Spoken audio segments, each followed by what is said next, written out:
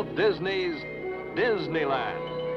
When you wish upon a star, makes no difference who you are. Each week as you enter this timeless land, one of these many worlds will open to you. Tomorrowland, promise of things to come. Fantasyland, the happiest kingdom of them all. Frontierland, tall tales and true from the legendary past. Adventureland, the wonder world of nature's own realm. Presenting this week from Adventureland, Adventure in Wildwood Heart.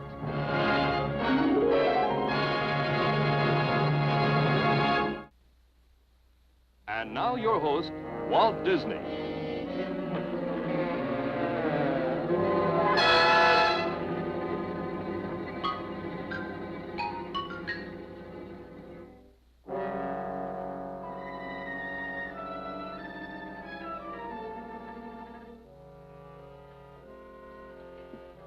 Don't be alarmed.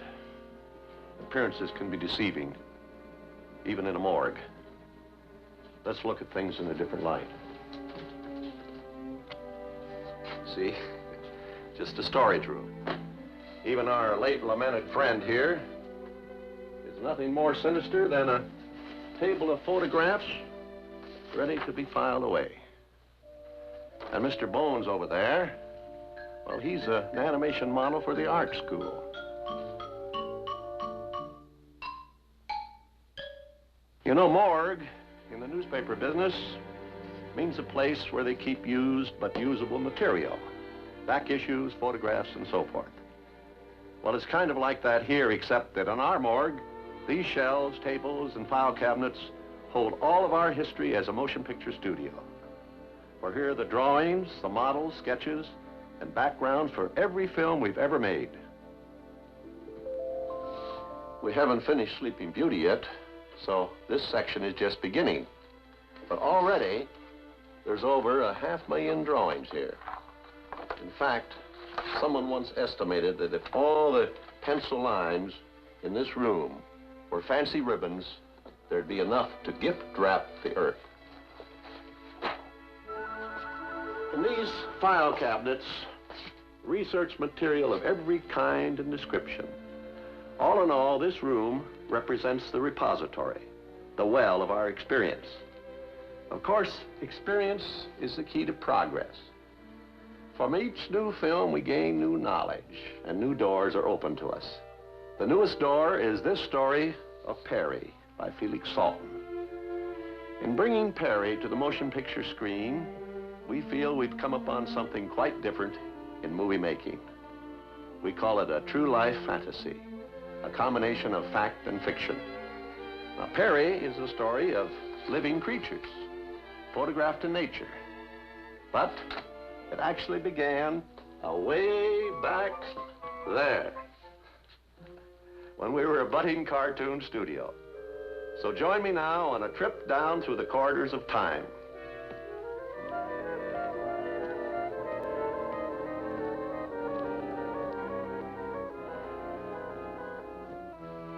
People often ask us how a studio of artists ever got into the business of making nature films. Well, the answer is, of course, we've always been interested in animals. Maybe he doesn't act too much like an animal, but after all, Mickey has always been a mouse. Furthermore, all his friends are animals. Minnie, Clarabelle cow, horse collar.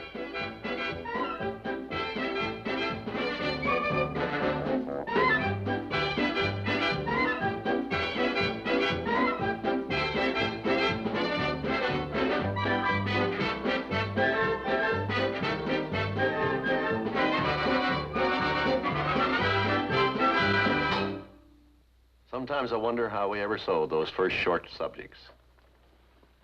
But in time, we improved the appearance of all of our cartoon animals. In the Three Little Pigs, for instance, although they acted like people, they actually looked like pigs. Who's afraid of the big bad wolf? Big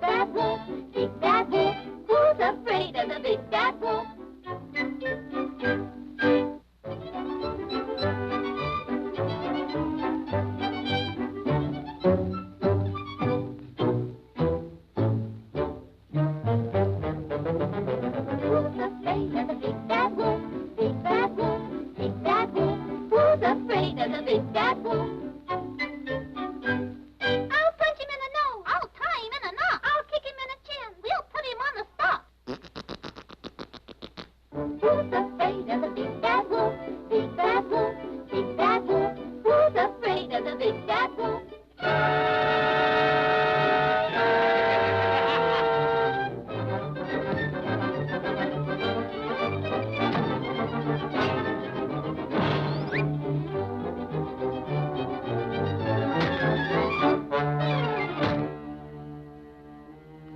Well, as one film led to another, we eventually came to the biggest door yet. We decided to make a feature-length cartoon. Our story was Snow White and the Seven Dwarfs. Of course, the principal characters were people. But animals, too, played a warm and sympathetic part, and so we had to draw them more realistically. With a smile and a song, life is just like a bright sunny day. Your cares fade away, and your heart is young. With a smile and a song, all the world seems to waken anew, rejoicing with you as the song is sung. There's no use in grumbling when raindrops come tumbling.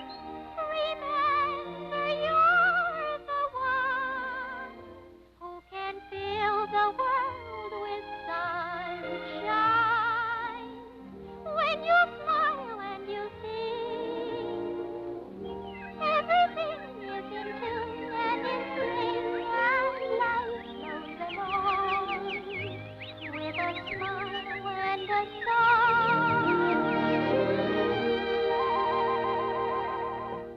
From Snow White, we gained more experience and the courage to take another big step. We'd make a cartoon feature starring only animals. Now, we'd long been interested in the works of Felix Salten, and one of these we felt was ideal. It was Bambi, the story of a deer. We knew that to retain the charm of these creatures, our animated drawings must fully capture the natural movements and attitudes of living animals. And so we embarked on a wide research program. At first, we tried bringing a bit of the outdoors indoors.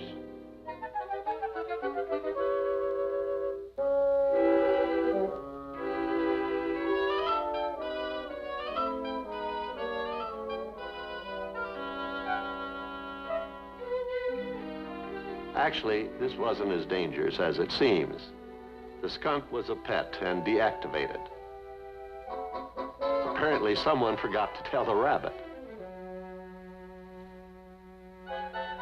The trouble with pets is they act like pets, and that wasn't what we were looking for. So our artists began visiting the public zoos to sketch less closely confined subjects.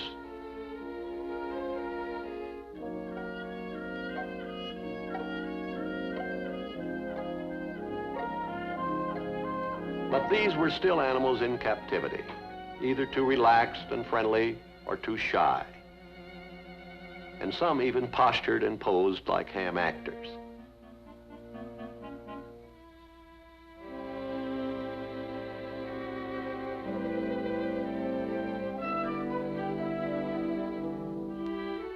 So we tried a new approach. We would study motion pictures of wild animals living in their natural state. And in time, we added many reels of wildlife scenes to our Bambi research. Now we could see how a fawn would react when out exploring on his own. At last, our artists had the authentic action and inspiration they'd been looking for. And so, drawing from nature, they created the forest dwellers of Bambi.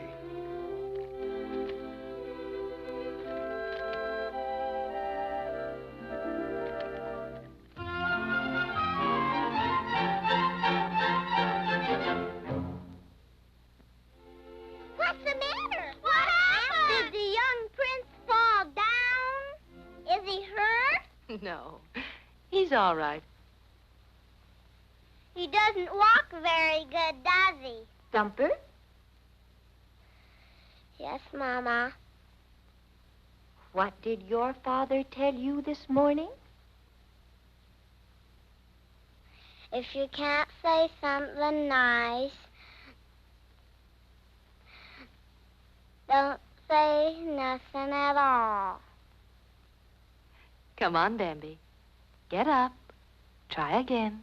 Come on, get up. Come on. Get up, Bambi. Get up. Try again.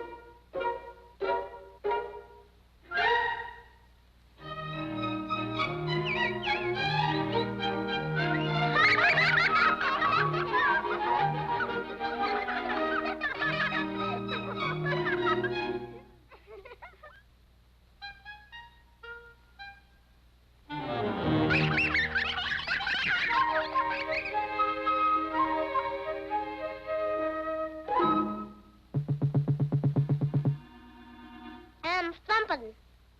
That's why they call me Thumper. Thumper!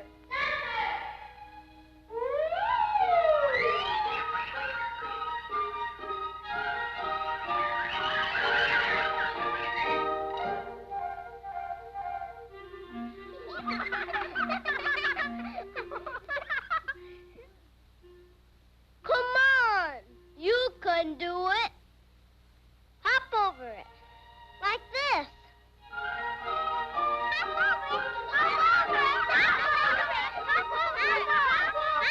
Like this.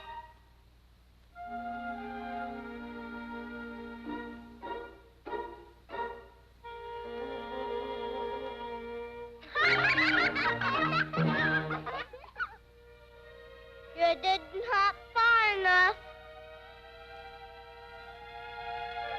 That's it. Now the other one.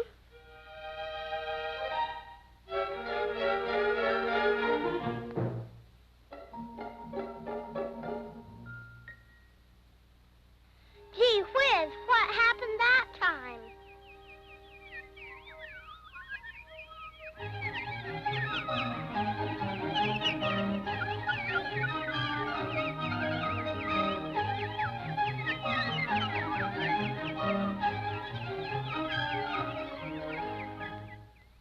Those are birds. Burr. Burr. Look, he's trying to talk. Burr. He's trying to say bird. Say bird. Burr. Bird. Burr. Uh-uh. Bird. Come on, say bird, say bird. Say bird, say bird,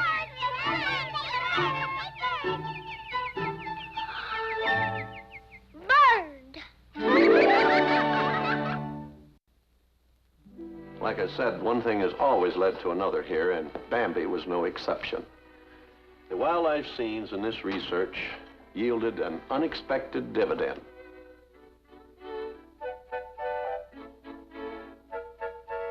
An idea for a new motion picture series we called The True Life Adventure. To film these stories, we sent naturalist photographers to every corner of the world. And the result was bear country, vanishing prairie, seal islands, and many others. And at the very beginning, we discovered that old Mother Nature had rhythm. So all our true life adventures had musical interludes.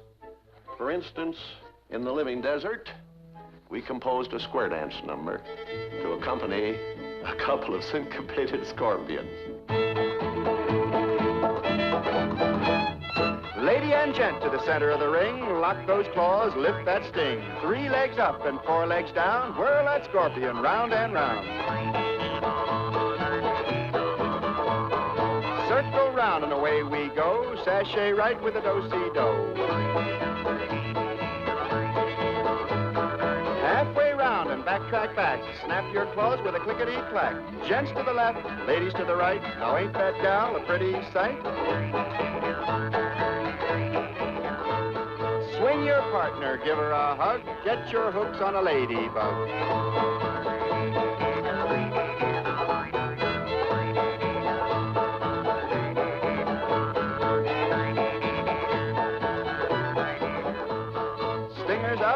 stingery, but watch out, gal, you don't sting me.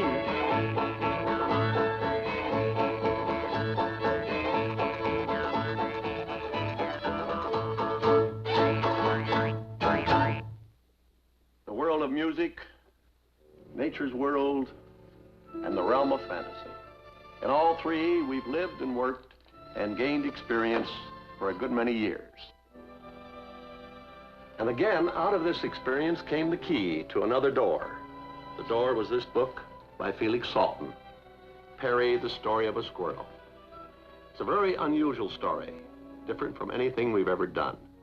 And to bring it to the screen, we wanted to create something entirely new in motion pictures. We would combine the real and the unreal, nature's truth with the fantasy of fiction. In short, create a true life fantasy. The first step in the Perri project was filming the complete life cycle of every animal in the cast. This was a job for our naturalist photographers. And now to tell you their story, here is Winston Hibler. Even the finest photographer is no better than his equipment. Now, they used to call this old timer the coffee grinder, but in its day, it ground out a lot of film, and it got the job done. Down through the years, however, cameras and camera equipment have improved considerably. And today, our naturalist photographers have a different camera, lens, or accessory for every purpose. Now, this is the turret mount. Once it was an expensive innovation, but today, it's standard equipment. It changes lenses instantly from wide angle to telephoto. Speaking of telephoto lenses, with this one, you can stand half a mile away and look a wildcat right in the eye. Now over here, we have an underwater camera box. We use this to film scenes of marine life. And here's a time-lapse camera. It takes single pictures at selected intervals. We use it to record the infinitely slow processes of nature, like the life cycle of a flower. This is the bellows type lens. It allows a fast follow focus, and it's used to film fast-moving animals. Much of this equipment was developed right here in our own studio by our own technicians. And all of it, and much more, was used in filming the story of Perri. And now let's see how it was used. This is a vast mountain wilderness in the state of Utah. Here, after a long and arduous search, our photographers found the perfect setting for the Perri story. We call it Wildwood Heart, a sylvan glade in the midst of a dense pine forest, centered around a beaver's dam and pond. Landlord of this little Eden was the benign beaver, who worked industriously and continuously at his many lumbering and engineering projects.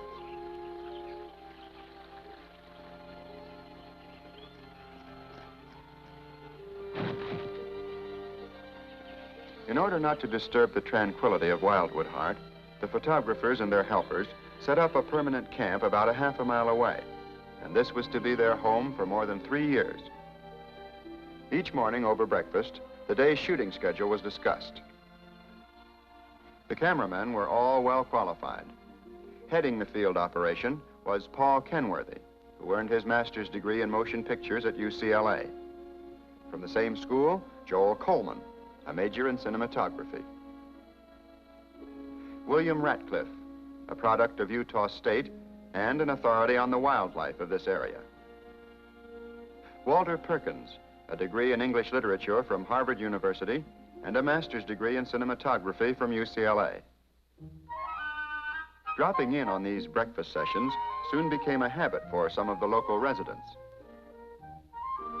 This is a pine squirrel, or chicory, one of the smallest yet most fearless members of the squirrel family.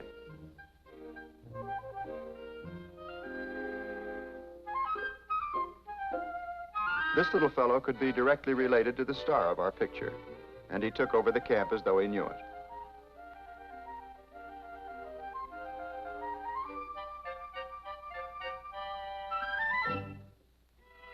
But he was friendly and had good table manners, and so he was always welcome.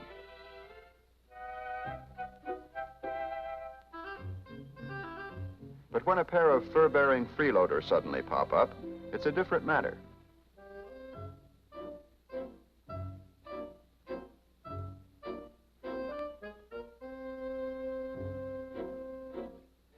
best way to handle this kind of a problem is put it off until after breakfast.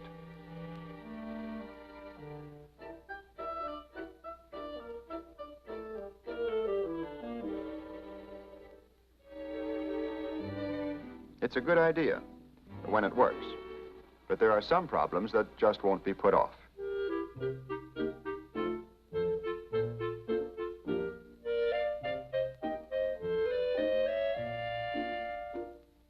There's nothing like the taste of coffee brewed in the great outdoors, especially when a raccoon's had a hand in it.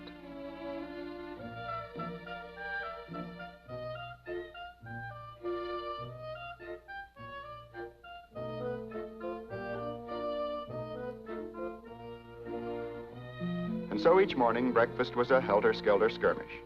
And usually, the critters outlasted the cameramen, although the final victory always went to the cook.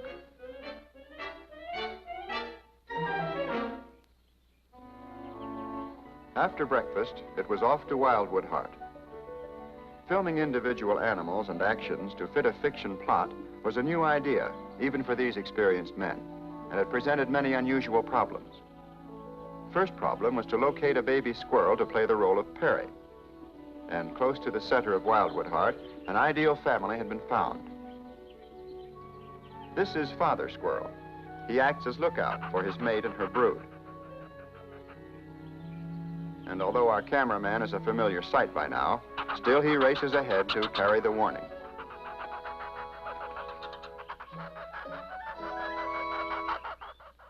Near the hollow tree where the squirrel family lives, a platform has been erected and a permanent camera installed. From here, a daily record of the youngsters' lives is kept. Today, a wayfaring porcupine has claimed squatters' rights on the platform. This is a sticky proposition, best handled by foot.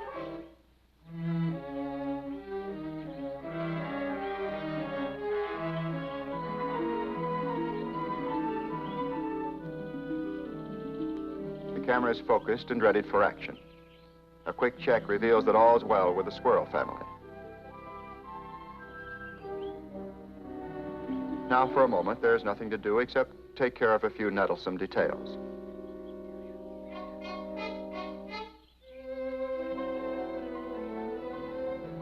But it isn't long before Mother brings the youngsters out for their daily exercise.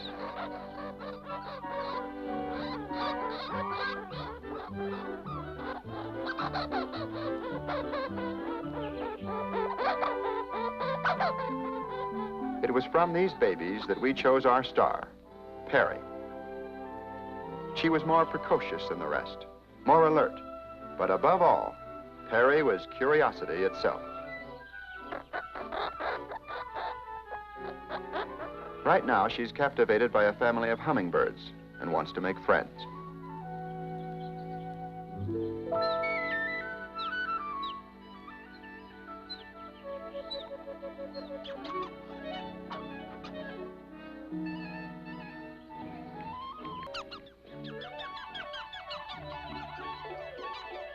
And so this is our heroine, the frisky, frivolous, but fascinating Perri. It took a great deal more time and patience to find and film the squirrel to play the role of Porro, our hero. Like most pine squirrels, Porro kept a treetop nest of shredded bark and grass.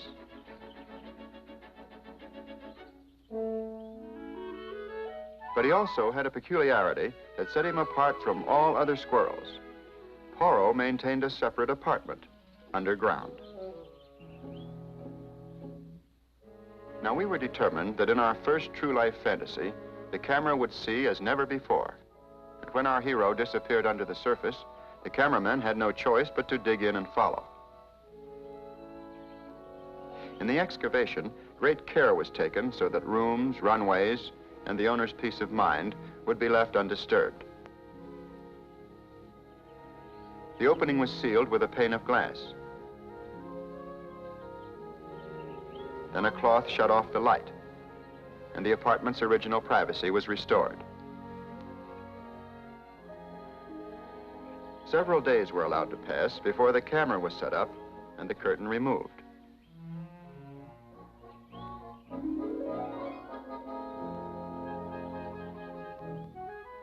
Poirot was only briefly annoyed. Then he went calmly about his daily affairs.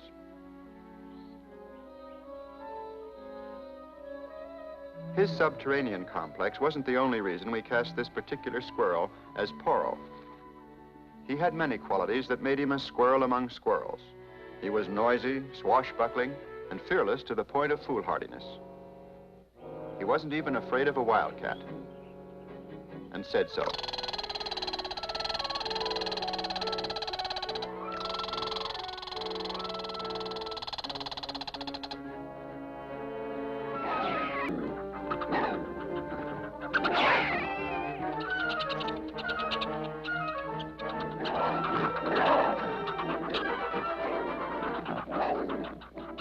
Sometimes Poirot's escapes were cut to a hairbreadth line. But in any story of love and adventure, the hero should be brave enough to do battle for the heroine.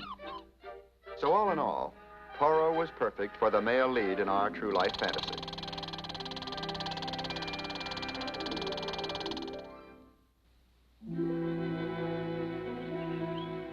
An important part of any story is the menace.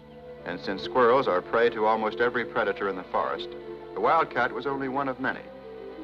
Of course, she merely hunts in Wildwood Heart and lives elsewhere. And to film the story of her home life was an adventure in itself.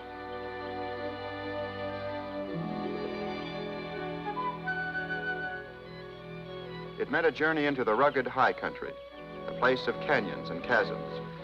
Here, even the convenience of a cable car was somewhat on the risky side.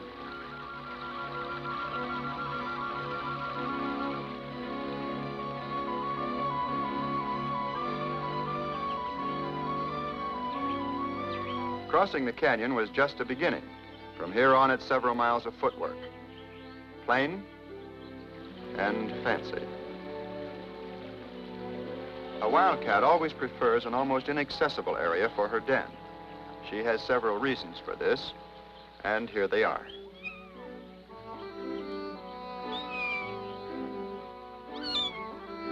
Bobcat kittens have a long and interesting babyhood, and of course it was all recorded on film. For the home life of this family plays an important part in our Perri motion picture story.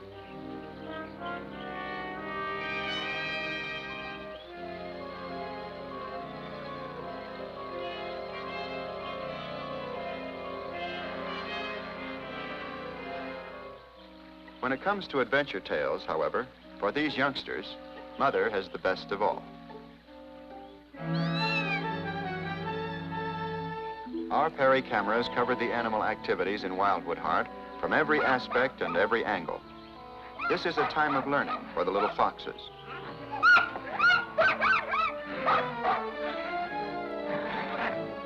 Although they look harmless enough now, when their course of instruction is complete, they'll graduate as major threats to the life and limb of Perri and Poirot.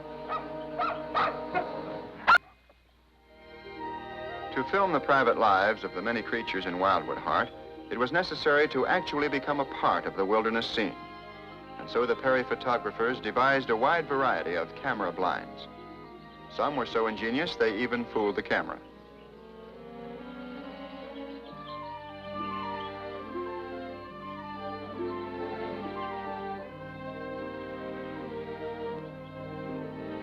From here, seeing but unseen, they recorded this rare glimpse of a baby beaver learning to swim, the easy way.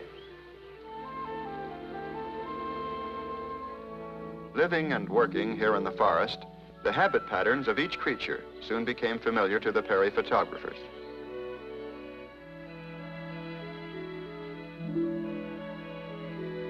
And so with the aid of a lightweight portable blind, camera and cameraman were well hidden, ready and waiting when Mother Raccoon brought out her family for their first tour of Wildwood Heart. For the most part, the youngsters follow wherever Mother leads.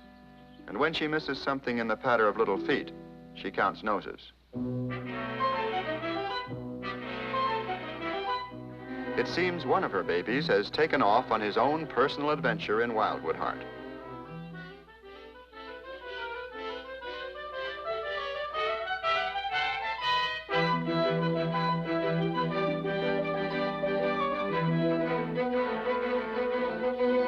Raccoons are both terrestrial and arboreal, which means they're equally at home on the ground or in the trees. But it does take practice, and the youngster doesn't quite understand the gravity of the situation.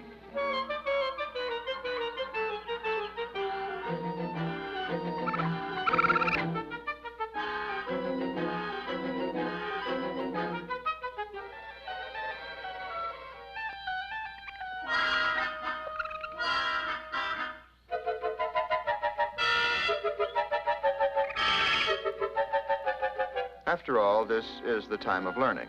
And so, with lots of help and encouragement from Mother, the little adventure comes to a safe conclusion.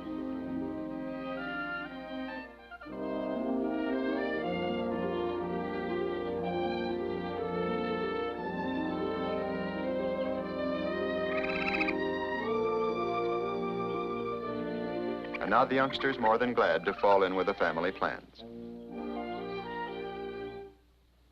For the small, defenseless creatures of Wildwood Heart, peril comes from everywhere, even from above. This is the goshawk, and she has her eye on a flying squirrel. This nocturnal animal has quite by accident revealed itself during the goshawk's time of hunting.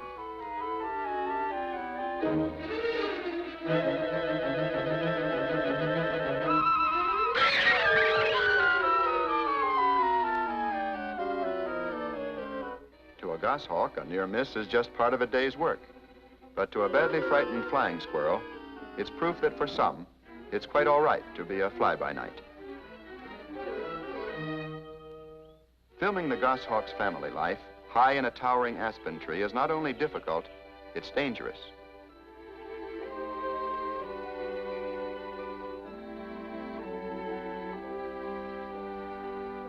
There's no problem when the youngsters are alone. They're just curious. But Mother is a different matter. She's a winged fury, especially when her young appear to be threatened.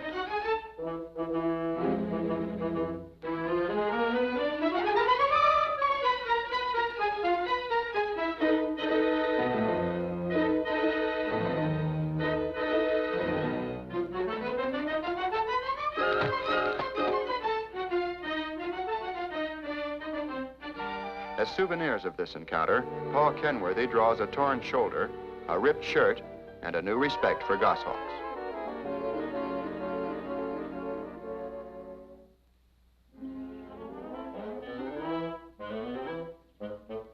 In all of Wildwood Heart, the most alert and elusive creature is the pine marten.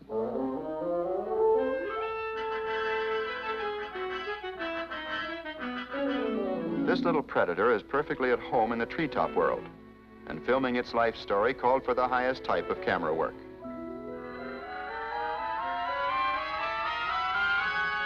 Here the job is accomplished with the aid of an ingenious outdoor elevator, designed especially to follow the movements of a climbing animal.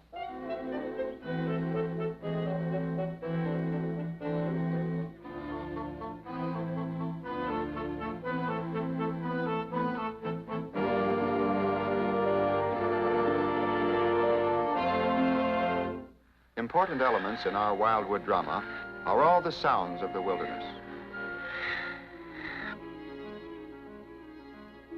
Here, a battery-operated tape recorder and a microphone on a long pole capture the language of a marten. A sound that many times strikes terror into the hearts of Perri and Perri.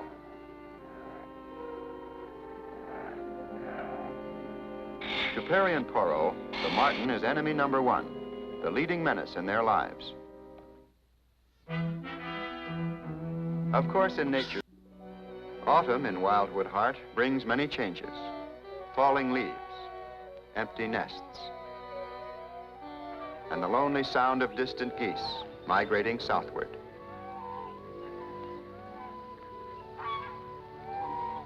For the pine squirrels, autumn brings a time of preparing, and Perri instinctively gathers her winter stores. While Perri, one frosty morning, discovers that a strange thing has happened to his private drinking pond.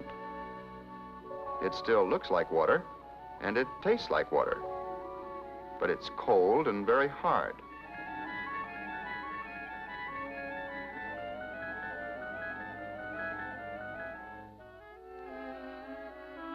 Well, better put some of this stuff away. Might need a drink some winter day.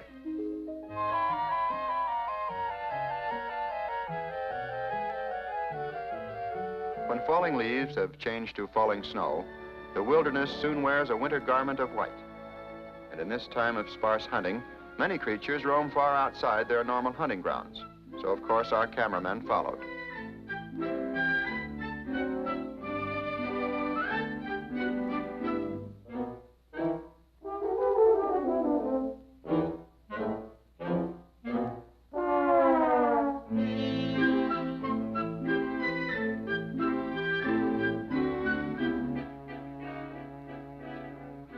Snowshoes and snow make an excellent blind, and the men's white parkas aid in the camouflage.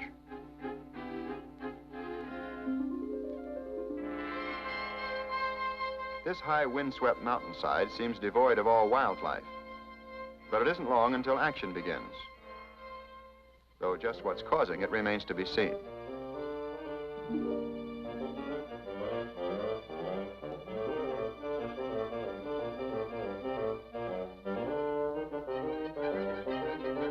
It turns out to be the marten, and he's trailing a white-footed mouse.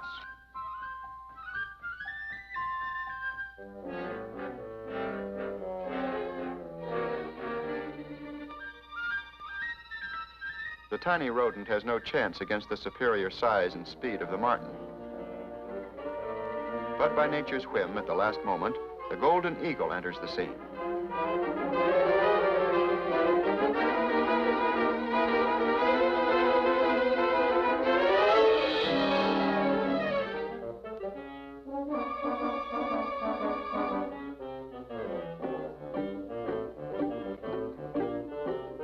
So this time, nature is forbearing, and 3 life cycles continue unbroken.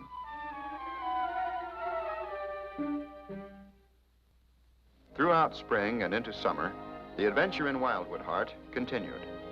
But nature is always unpredictable, and in any wildlife drama, she will often step in to write the most exciting chapters, and this she did in the story of Perri. Set by the lightning bolt of a summer storm, Wildwood Heart was afire. Our cameramen needed no urging to obey the unwritten law that everyone in the area must help when fire threatens the forest.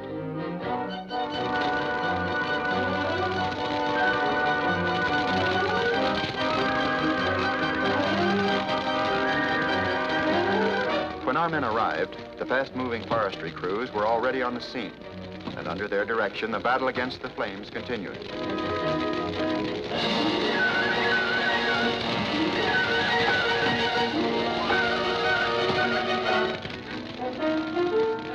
In time, a fire break was cleared, and the blaze confined within a small area. Only then did the photographers start their cameras rolling.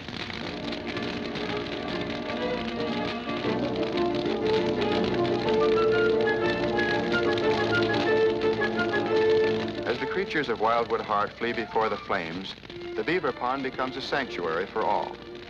These scenes and many more form one of the most dramatic chapters in the Perri story.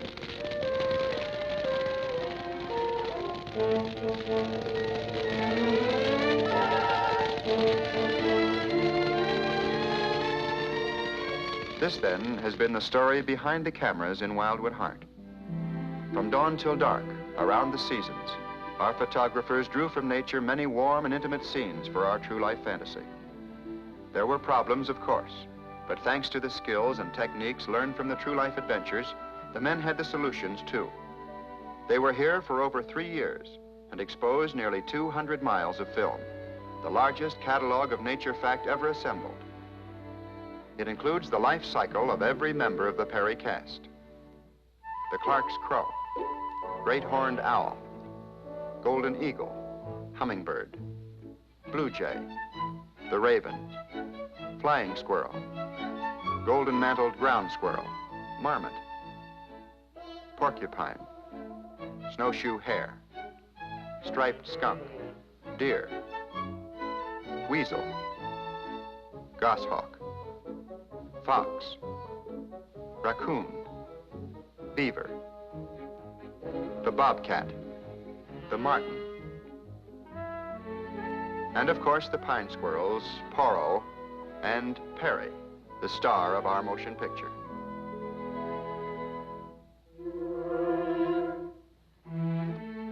In creating our true life fantasy, the next step took months of doing. It was the sorting, cataloging, and selecting out of miles of movie film the few thousand feet that would finally be used in the Perri production. Meanwhile, for our true life fantasy, the studio staff was creating the fantasy, the art effects and artwork to be integrated into the live film.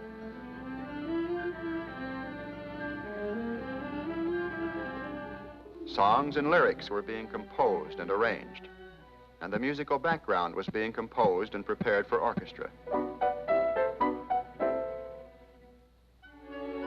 Since a practical music typewriter hasn't been invented yet, the parts for each instrument had to be carefully hand-copied, note by note.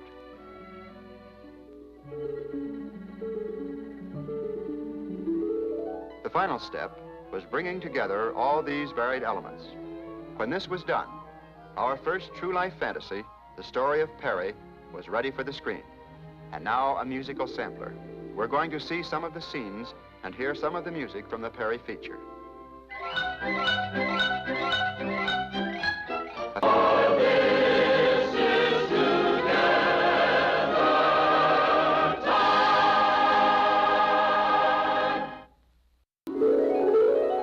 Here's important news for all the youngsters in your family.